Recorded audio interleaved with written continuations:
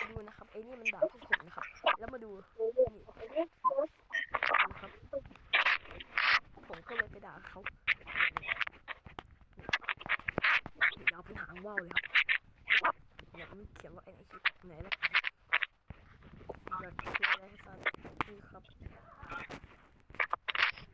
นี่ใกล้สีเหลืองแห่งความยุติธรรมนี่นาสติในสันติฟังนะครับฟังครับทุกคนฟัง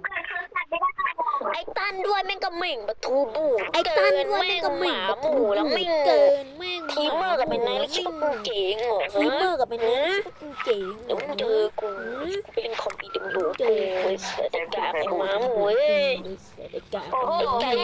ไม่ชอบคนไก่เลยว่ะ ไอ้ไก่ โ